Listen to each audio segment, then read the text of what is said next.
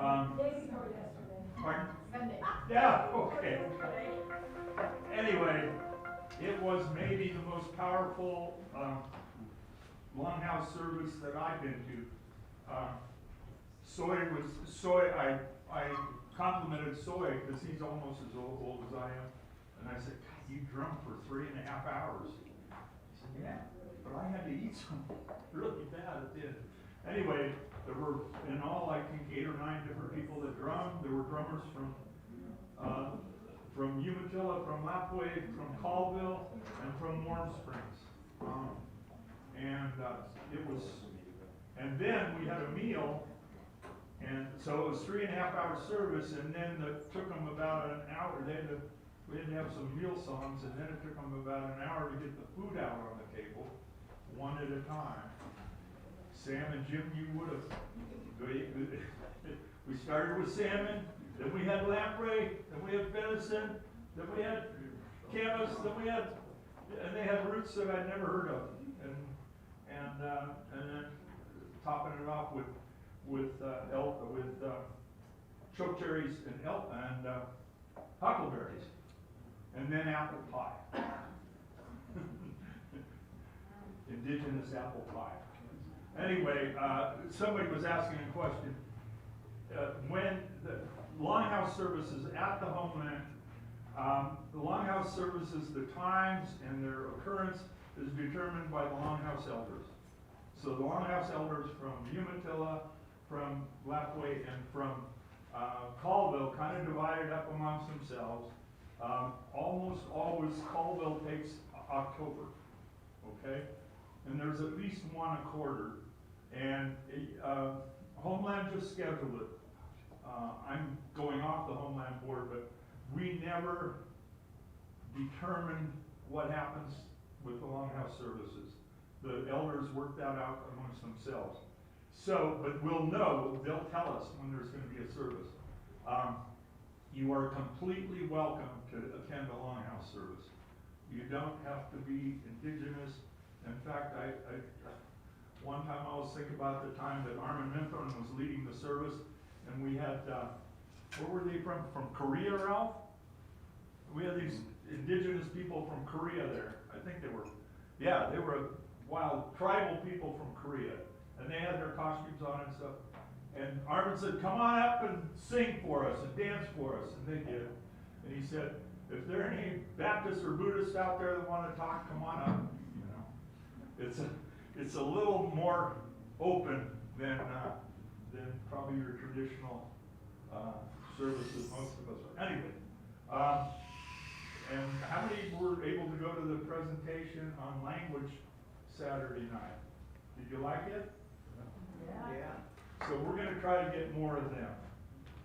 Between Homeland and David and the History Center in Wallowa, we're working on more ways to bring more people here to provide more and different programs. Okay. I guess the last person snuck in there, so we can go. Okay, our speaker today, our subject is Sockeye Salmon. Our speaker is Sarah Barnes. Sarah Barnes did her graduate, I can't read quite now because I've got one eye not working, but at any rate, she did her graduate work at Utah State. So I just asked her, well, where did you start? She started in Evanston, Illinois. Okay? And she went from Evanston to, of all places, upstate New York for her undergrad at Cornell, and then came west to Utah State. And you might be the newest Nez Perce Fisheries employee, or one of the newer ones, huh? One of the newer ones? Anyway, she's the sockeye biologist for the Nez Perce Tribal Fisheries. And please welcome Sarah Barnes.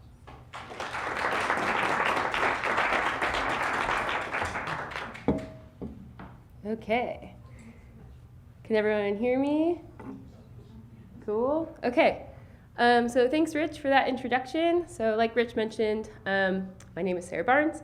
I moved here in March to start with the Nez Perce Tribe Fisheries Research Division here in Joseph, so I work just across the street.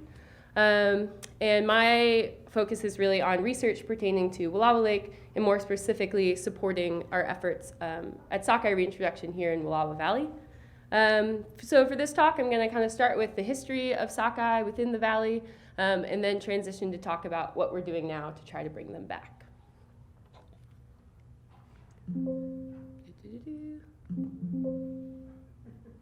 Oh, I know what I'm doing wrong. Sorry. It's not DJ's fault, it's mine.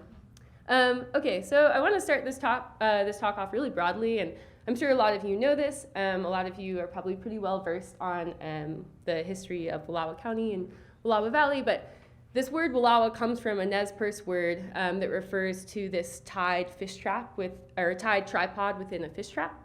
And so I want to talk about that just to sort of highlight, within a culture that was very fish-centric. The Nez Perce tribe really prides themselves on their connection to fish, and particularly salmon.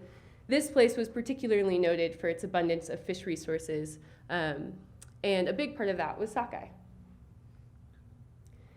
And so this was something, or kind of a little tidbit that was shared with me by our intern this summer. We had a Nez Perce tribal member who was our intern with the Lakes program this summer, Aaron Alfrey, who shared some knowledge with me about the language. And so this word for sockeye is also embedded with this for the word for the time period around July. And so July is around the time period when sockeye are entering the Snake River, and so Nez Perce tribal members are first seeing the runs of sockeye show up.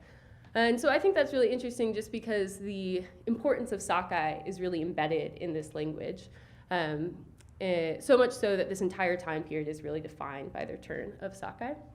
And rather than hear me butcher these Nimipu words, I have a couple audio clips just so you can kind of hear what this sounds like. Blueback salmon, sockeye salmon. Hoyt. So that's the first one. July. Hoyt. All.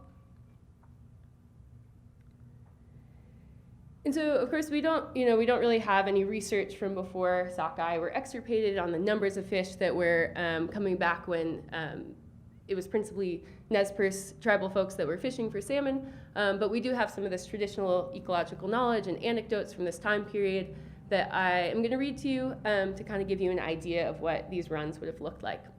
So this first one comes from Salmon and His People, which is a book I highly recommend you reading if you haven't.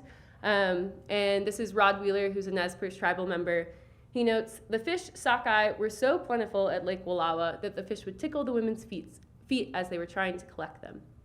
And so I see a couple things in this quote. First and foremost, I think we would all love to be standing in a stream having fish tickle our feet. But also, he notes that it was the women's feet. And so Jim Harbeck, who works with me here, and Joseph, shared that this fishery was primarily operated by women, which I think is really interesting.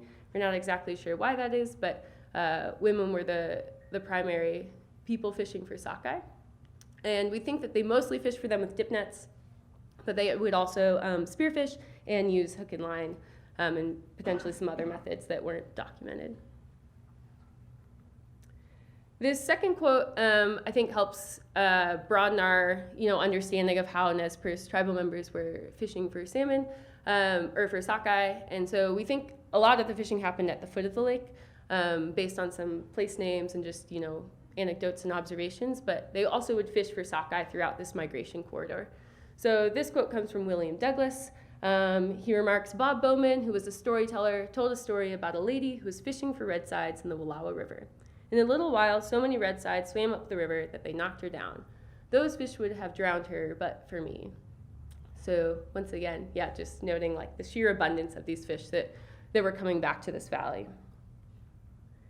And so I wanted to kind of give you like a visual representation of what this might have looked like. So we don't have any photos from the time period before Nez Perce tribal members were removed from the valley. So this photo was taken by Sterling Cyrus Smith sometime between 1901 and 1904. So although Nez Perce tribal members were removed from the valley, they were coming back and practicing those traditional hunting and fishing lifestyle. And so this is a photo on the Grand Ronde of tribal members camped out and fishing for salmon, which presumably included sockeye. I want to thank David Weaver and Ellen Morris Bishop. I don't know if David Weaver is in the audience. He said he might be here. We haven't actually met in person, so hi. But he provided a lot of the historical photos you'll see throughout this talk, as well as Ellen. And then this photo, I think, holds just a lot of importance and significance, particularly for the Sockeye reintroduction program. So this is a photo of Nez Perce tribal members camped at the foot of the lake, which we know was an area that they really focused on when fishing for sockeye. And so this photographer, J.H. Romig, was present in Wallowa Valley between 1898 and 1908. And in the bottom right part of that photo, you can see it says last camp of Nez Perce's at Wallowa Lake. And so within this time period, Chief Joseph came back, or young Chief Joseph came back to Wallowa Valley and was looking to actually purchase land within the valley to have, place for tribal members to stay. And during that time period, when he came back, the army actually turned down that request. And so it's feasible that this may have been a photo of when young Chief Joseph came back to make that request. It may have been one of the last times that Nez Perce tribal members were camped at the foot of the lake fishing for sockeye salmon. And so I think this photo is kind of tragic and haunting in a way, but it also serves as sort of like a reminder of the goal that we're working towards, which is to get Nez Perce tribal members back at the foot of the lake fishing for sockeye salmon. What year is that? So we don't actually know what year specifically. We know that the photographer was here between 1898 and 1908, but there's no specific date on the photo. Yeah. Okay, so I've alluded to this, but in 1877, the Nez Perce were forcibly removed from Wallowa Valley. And this really sort of signifies a big changing of the guard in the ecological management, specifically of Wallowa Lake, but also kind of throughout the Wallowa Valley, and really changed dramatically how sockeye were fished for, and obviously led to some catastrophic consequences. So this is a photo or a letter from 1876, so right before Nez Perce were forced out. This is a letter from settlers who are writing to, I believe it was a military judge, trying to ask for protection from tribal members who were basically fighting them over how they were fishing for sockeye in the lake. And so I'm not going to read this all to you, but I'll kind of give you a snippet to give you an idea. It says, "This evening we, John McCall, George Wilson, and H. Perkins, loaded Perkins seine for the purpose of making a haul of fish on our fishing claim, which we have complied with the law in putting up our noses and using the same for fishing purpose, when 2 Indians commenced striking at me, John McCall, with clubs." And continues to go on to describe, how this band of tribal members was attempting to prevent them from fishing and sort of protect this resource. And so once tribal members are gone, the exploitation of this sockeye resource really ramps up. So from 1881 to 1882, there was a cannery in operation for sockeye at the head of the lake. This cannery was owned and operated by John McCall, who's one of the guys in that letter that I just read to you. And so the principal way that they would harvest these fish would be to block off the upper Wallowa River, and so basically entirely prevent access to those spawning habitats and reel in as many spawners as they could.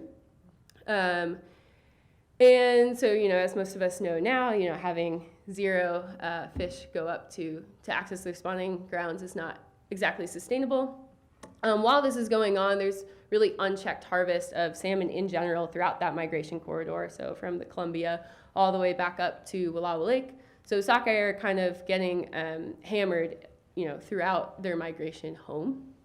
Something that I think is sort of additionally tragic about this time period is so most of sockeye salmon were not really seen fit for human consumption, and so a lot of these fish were placed into barrels, salted, and then sent out of the valley to be used as hog feed.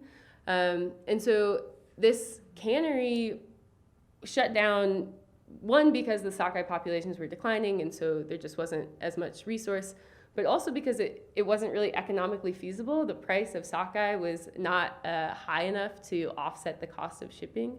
And so I think that's just kind of interesting.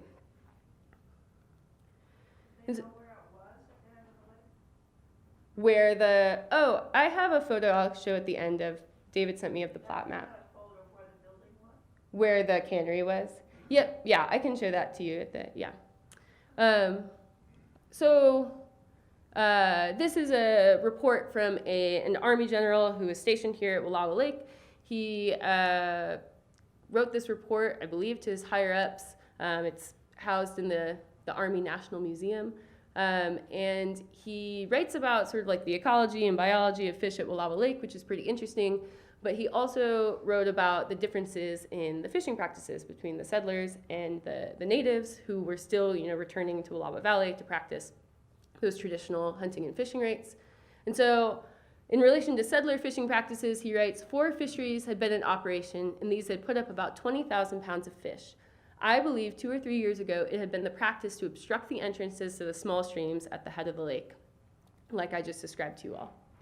And then when he writes about tribal fishing practices, he notes, the fishermen at the lake complain that the Indians destroy the fish. But from personal observation, I can't at all agree with them. While I was camped at the lake, I examined the catch of every Indian that passed my camp.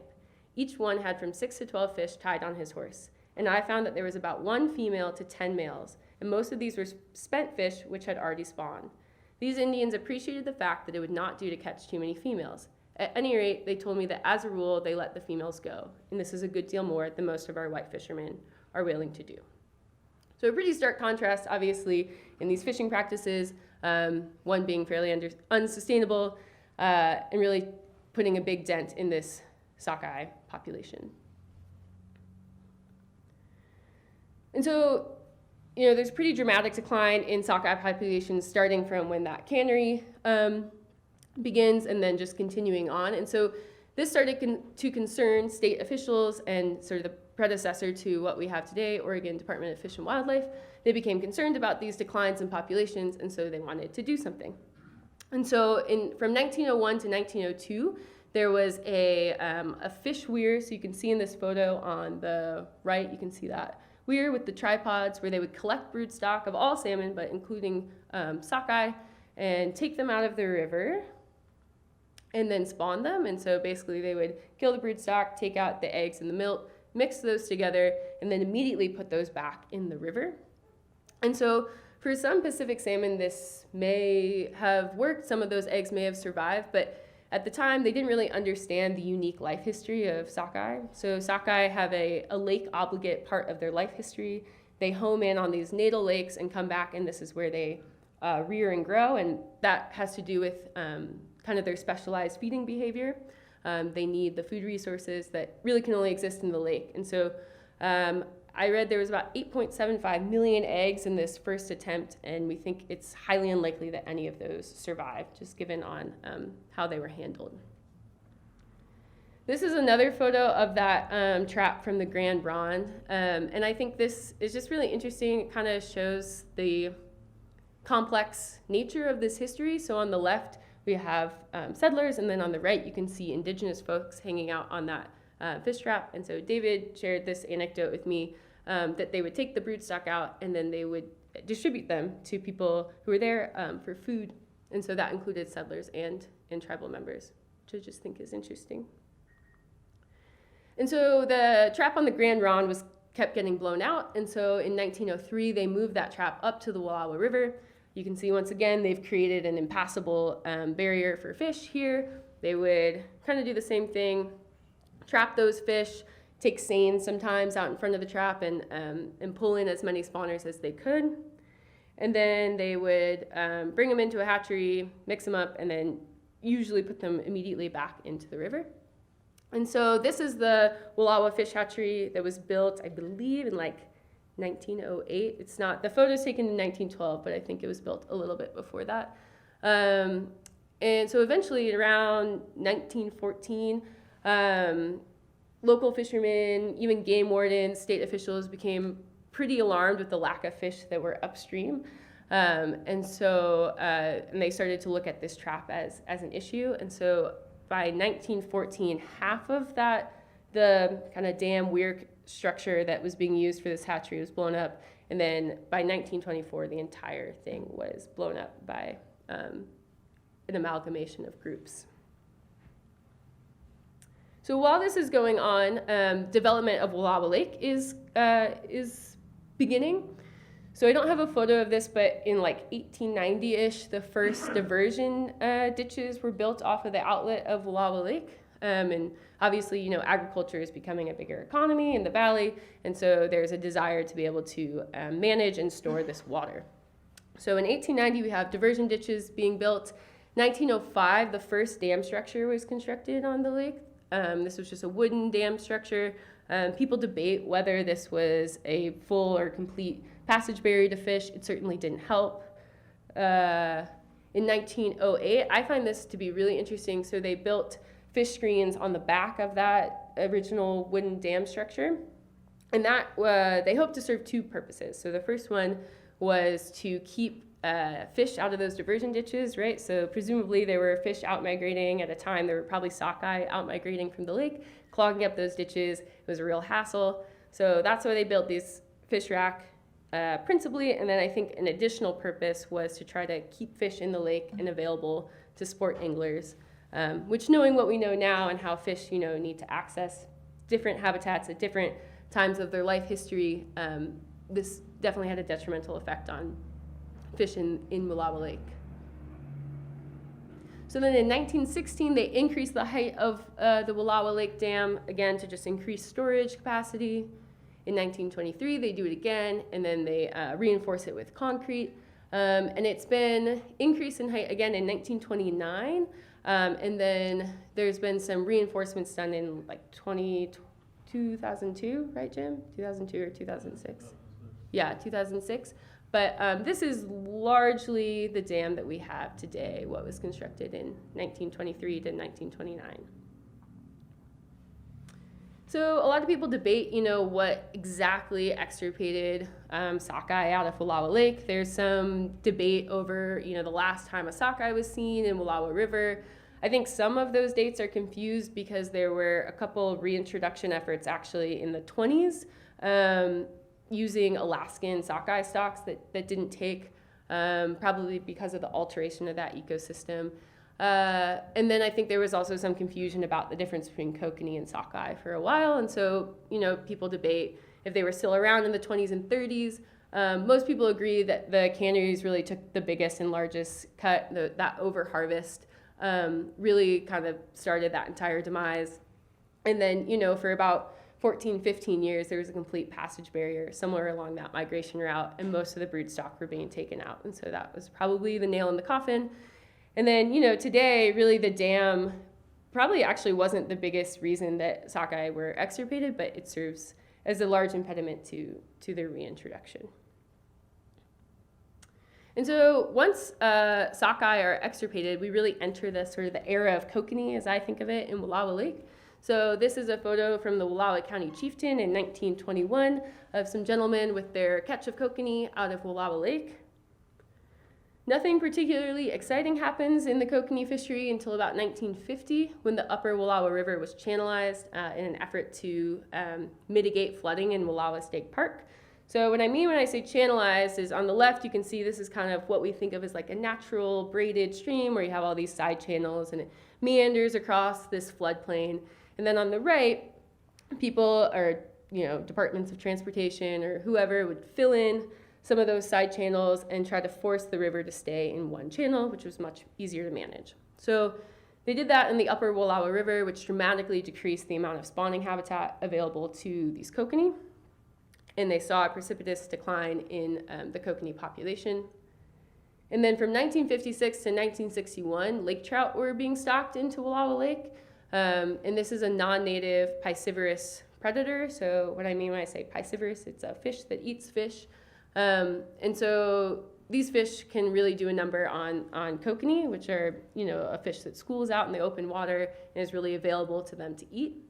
So these two things happen simultaneously and caused an almost undetectable population of kokanee in Wallowa Lake in about the early 1960s. There were almost no kokanee caught in the lake. And so obviously sport fish managers were concerned about that and had been actually stocking non-native kokanee before this big kokanee crash, but sort of ramped up those efforts after kokanee were gone. And some recent genetic work in the late 90s found that there was almost no detectable genetics from the native Wallowa Lake kokanee population. So we think that the population of kokanee now is pretty much entirely non-native and comes mostly from these two stocks, one in Washington and one in British Columbia. Around the same time, Mysis diluviana was introduced into the lake, and this is a freshwater or opossum shrimp that is native throughout the northern hemisphere. They often occupy lakes that are very similar to Wallowa Lake, so these like cold, deep, kind of low nutrient lakes. And in areas where they're native, they can be a really great source of food for fish that eat these kind of smaller crustaceans. And so a lot of fisheries managers started to think, oh, it might be a good idea to introduce these into lakes that have a struggling fisheries population, or just you want a bigger fishery, more fish, bigger fish, etc. And so they started stocking them into these lakes where they weren't native. So this is a range map on the right, which is a little confusing because you're looking down on the globe. That's the Arctic Circle. But those black circles are where mysis are native to. Then obviously that red star is us. And so they were introduced into Wallowa Lake and a lot of other lakes throughout the West and the United States in general. And their impacts are sort of myriad and sometimes very concerning. And so I will talk about kind of their impacts within the food web a little bit later in this talk. So I'm going to kind of go into the more like sciencey, ecosystem-y type part of this talk. And so I'm going to give you a couple definitions. So pelagic, when I say the word pelagic, that just means like the open water habitat in a lake, anything that's not near the bottom. Zooplanktophore is simply referring to an organism that eats zooplankton. You can just think of zooplankton as like tiny, tiny bugs hanging out in the water column. And then Oncorhynchus nerca is the Latin or scientific name for the species that sockeye and kokanee are. So when I say Oncorhynchus nerca or O. nerca, I'm referring to both of those species and how they're acting within the environment. Okay, so I talked to you about a lot of things that changed in Wallowa Lake after the Nez Perce were removed. And so I want to kind of take a step back and think about what it would have looked like. So originally, we believe this was probably the native pelagic food web. We had bull trout at the top. Bull trout are a related species to lake trout, but they're native to Wallowa Lake. They're also a char species, and they are also piscivorous, so they are a fish that eats fish. They would have been the top predator within the lake that was eating kokanee. Kokanee are eating zooplankton, and then zooplankton would have been eating the phytoplankton algae. And so this is kind of what it would have looked like. Then you introduce lake trout, and lake trout often outcompete bull trout. They're a really effective predator, and we can't say for sure that they're the main or only reason that kokanee saw this collapse, but they certainly didn't help. And we know they exert pretty significant predation pressure on forage species like kokanee. So then managers introduce mysis, and the idea is that this will provide a really great forage space for kokanee. They'll grow larger and more of them. And what actually happens in a lot of lakes where mysis are introduced, particularly when mysis are introduced and lake trout are also present, is that mysis are able to eat zooplankton, but kokanee cannot eat mysis. And there's a couple of reasons why kokanee might not be able to eat mysis. The main one is that they are segregated in the habitats that they inhabit. So mysis can tolerate these low oxygen, cold, deep environments where kokanee just can't access.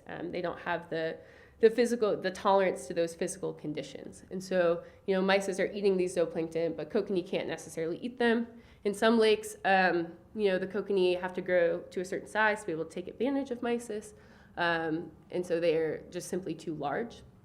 And then there's sort of an additional challenge in that lake trout, especially young lake trout, can eat these mysis and are able to inhabit those same waters that mysis are in. So those low oxygen, cold, deep areas of the lake. And so these little lake trout are getting a boost from this mysis consumption, growing up to be larger and more effective predators faster, and exerting an additional or larger predation pressure on kokanee. So a lot of times in a system where we have these two things in concert, kokanee really suffer, and we can see some pretty dramatic collapses in those populations. That has not happened in Wallowa Lake, as I'm sure a lot of you know. If any of you like to kokanee fish, we still have a vibrant kokanee population here. And so what we think is happening, we have some data to back this up, is that kokanee do appear to be able to take advantage of mysis. Mysis are being eaten by lake trout, but so far the kokanee population seems to be able to withstand any competition that's coming from zooplankton and the predation pressure from lake trout and also some bull trout. The bull trout population is, we think, much smaller than the lake trout. And so I mentioned a little bit of data. This is just some preliminary work from some diets that we've taken that I want to kind of show you to give you an idea of what this looks like. So in this top row is smaller lake trout, and in the bottom row is larger lake trout. From left to right, you have spring, summer, fall. And then that orange bar, it should look orange, is mysis. So mysis being present in the stomachs of these lake trout that we harvested. And then blue is fish. So lake trout appear from our data so far to be acting like we might expect them to. They're eating mysis and other little bugs when they're younger, and then they grow into primarily eating fish. And then when it comes to kokanee, like I mentioned, they appear to be eating mysis. So again, that top row is smaller kokanee, bottom row is larger kokanee, from left to right, spring, summer, fall. And this is a proportion of the items that are in their stomach. And so that orange is again mysis. And so we see they're eating mysis throughout the seasons and throughout these different size classes, which is encouraging so far. And of course, as we all know, Wallowa Lake is still the holder of the largest kokanee on record. And so far, this gamble of adding mysis into the lake seems to be working out. And one of the reasons we think that might be, we don't really have any data to back this up, but in some lakes where there is upwelling, that can make the mysis available to kokanee. And we do have some groundwater influence in Wallowa Lake. And so we haven't really tested any of these theories, but it's possible that groundwater is pushing the mysis up high enough that the kokanee can access them. Okay, so this kind of brings me to the second part of my talk, which is going to focus on what we're doing now, both the Nez Perce tribe and our agency, but we're also working with a lot of collaborators on this work. And so I'll kind of talk about, the present day. So the first thing I want to tell you about, because I think it's really exciting and should give you a lot of hope and enthusiasm, is that currently several agencies, including the Nez Perce tribe, so Oregon Fish and Wildlife, and Idaho Fish and Game, are working together to try to get some sockeye salmon actually back in the water in Wallowa Lake. And so this is a pilot project that will run for 5 years. We're releasing Redfish Lake smolts. So I haven't talked about Redfish Lake yet, but that is in Idaho, and it's the last population of Snake River Basin sockeye around.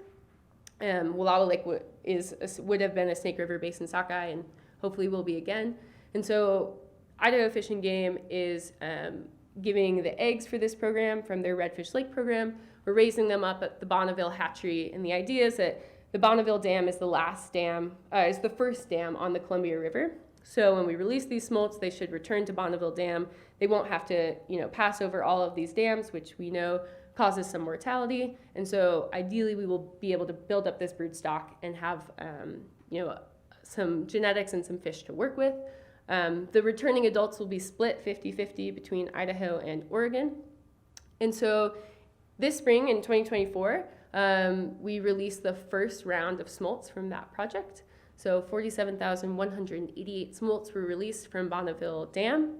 And so, I think this should be exciting. There are sockeye out in the ocean right now that are slated to come back to Wallowa Lake. We anticipate the bulk of the adults to return in fall 2026. As any of you who know things about salmon, sometimes they return in 1 year. We think they'll return in 2 years, so there may be some returning next fall. So far, most of these fish will probably be trucked up here, but obviously, eventually, we hope to have fish swimming back to Wallowa Lake. And so from a research perspective, I'm going to talk to you about kind of 4 focus areas that we're working on. So the first one is this non-native species / food web monitoring, which I've already talked to you a little bit about. And what that looks like is monitoring the mysis population. We're very concerned about, mysis in the lake. We know they can have adverse effects, even if they've had positive effects in the past. Then just some basic kind of like primary productivity monitoring, zooplankton sampling, looking at diets and seeing how the fish are using different resources at different times.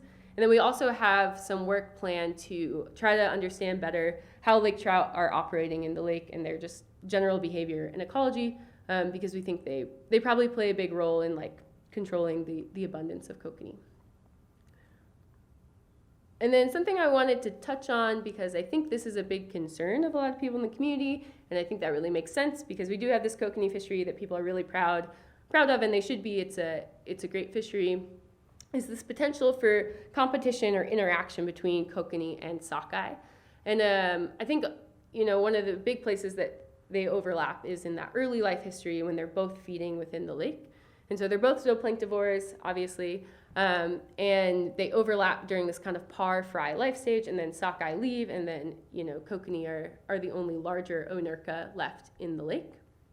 And so we have some evidence from other lakes where sockeye have been reintroduced. So I'm thinking primarily of Sockeye Lake, which is in BC, that has a pretty similar food web assemblage. They also have mysis, kokanee, and they've reintroduced the sockeye population. And they really don't see any impacts on the growth and survival of kokanee. They think that's for a couple of reasons. For one, sockeye, reintroduced sockeye are just coming back in such small numbers that they're really not a large percentage of the onurka in the lake. So they just don't really make a noticeable difference, in the food resources. And then also, their overlap in their populations, time-wise, is not long enough to seemingly make a big impact on the kokanee population.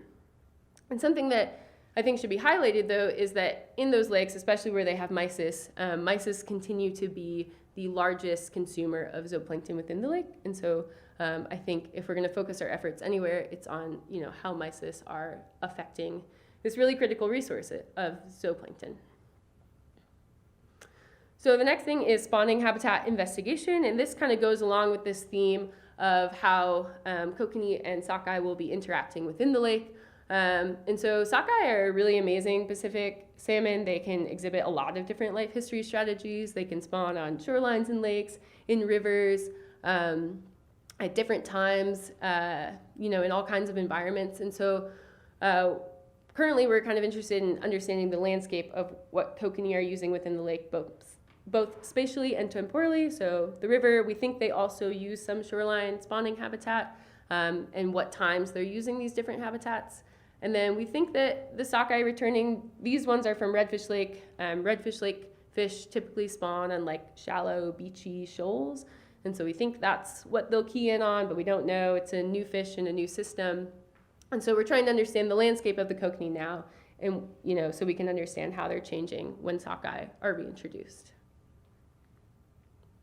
Third is trying to reconstruct the historical abundance of sockeye in the lake. So this is some snazzy science, and we're hoping to do this primarily so we can have kind of some better data to base our goals for this sockeye reintroduction effort off of. So our big goals right now are to have a healthy and harvestable population, first and foremost. The harvest would be split between tribal and sport anglers. So this is really a 50-50 effort with us and the state Oregon Department of Fish and Wildlife. And then this target number is based on a percentage of that historical abundance. But historical abundance right now is simply defined as the cannery record. And as you might remember, that was only in operation for 2 years. And anyone who hunts or fish knows that species fluctuate all the time. And so we really don't have a good idea of what the bounds of that sockeye abundance were, before 1877. And so what we're hoping to do in collaboration with some academics that we've been working with is to do a sediment core analysis of Wallowa Lake. So you can think of a sediment core kind of like a tree ring. So these, sediments filter down into the bottom of the lake and stay there. And so we actually have this record of time throughout the lake's history. So you take a core of that mud and you can date it. And then because sockeye bring this huge pulse of marine-derived nutrients back to the lake, you can actually see when sockeye were there, and you can get an estimate of how many sockeye were coming back. Marine-derived nutrients is just kind of, when salmon go out to the ocean, they go out and they eat, and the signature of what they're eating out in the ocean is embedded in their tissue. And so we can see that isotopic signature in the lake core, or sediment cores itself, when those sockeye die. And so This is a photo of a graph from some work that was done on Redfish Lake. Year is on the bottom, and so you can see all the way to the left, it goes back to 1652, which would be pretty incredible to know a couple hundred years worth of, get an estimate of a couple hundred years worth of sockeye spawner abundance. And then on the left is just escapement. So this is sockeye that weren't harvested, and this was the abundance of them, obviously, that were left in the lake. And something that I find interesting and not surprising is that, you know, around 1870, when white settlers were showing up, we start to see this huge tank. And so we would really like to have this, you know, maybe we'll never get back to historical, but it would serve as really good context for the work that we're doing. And then last but certainly not least, I'm going to talk about some of the ways we are trying to assess and mitigate migration corridor issues for sockeye salmon. So this is a map of the global distribution of sockeye salmon. And so I only zoom out and show you this just to kind of highlight how special the Wallowa Lake sockeye population was and hopefully will be again. So we're all the way down here. So we're at really the southernmost edge of that sockeye range, and also one of the furthest and highest elevation migrations. Currently, I think we're only being beat by Redfish Lake. So, you know, that's good to hear. We've got some strong swimmers in the pool right now. Yeah, we're, you know, being at that southern edge, it's kind of an extreme population already. And we know with climate change, you know, we're having these increasing extreme temperatures. That migration is probably only getting more challenging. We've also added a lot of things in their way, right? There are 8 dams before they even get to the Wallowa Lake Dam, so 9 dams in total for them to pass over. And so, you know, there are a lot of people working on these migration corridor issues, not just for sockeye, but for all salmon. But what we're kind of focusing on right now in our office is trying to get a handle on what are the thermal barriers for sockeye and other salmon in the Wallowa and the Grand Ronde rivers, where, you know, we don't have a dam necessarily that we could like release cold water into the stream to help them out, and start to understand, you know, when we might want to truck fish from Lower Granite Dam up to Wallowa Lake, and just get an idea of what the temperatures across this area of their migration corridor are. And so I've just given you a real laundry list of challenges that sockeye face to coming back home to Wallowa Lake. So I want to give you just like a little glimmer of hope. So this is a sockeye salmon that was caught at our Lostine River weir trap in just a couple weeks ago. And, you know, a sockeye hasn't been seen there in a very, very, very long time. And I think it's a little bit magical that this fish showed up this year, the year that we first released smolts from Bonneville Dam. This is not one of those sockeye. We think that this sockeye was a stray off of the Upper Columbia River run. So this year in the Upper Columbia, they saw 700,000 sockeye return. And that is also a reintroduction effort. So that's to the Wenatchee and the Osoyoos Lake. So, you know, just a decade or so ago, they were starting from where we're starting at ground zero, and now they have 700,000 sockeye coming back. And so I think that's a ray of hope, but also this fish traveled, you know, past 8 dams and through the Wallowa River and the Grand Ronde without any help from us, and he came all the way back here. And so, you know, I think it's a sign that the fish haven't given up, and so I think neither should we. And so before I take any questions, I just want to give a couple of thanks. I'm not going to name all these folks, but this is really a multi-agency effort. You know, Idaho Fish and Game, Oregon Fish and Wildlife help us on a lot of things. I want to thank our funders, the Meyer Memorial Trust, U.S. Fish and Wildlife Service, and the Pacific Coastal Salmon Recovery Fund. And then David Weaver and Ellen Morris Bishop, who I'm just a conduit for this historical knowledge, really took me to class on that. So, and then I think really the final thanks, though, goes to the Nez Perce tribe and tribal members who have really been holding out hope for sockeye salmon to come home since they've been gone. So with that, I can take any questions.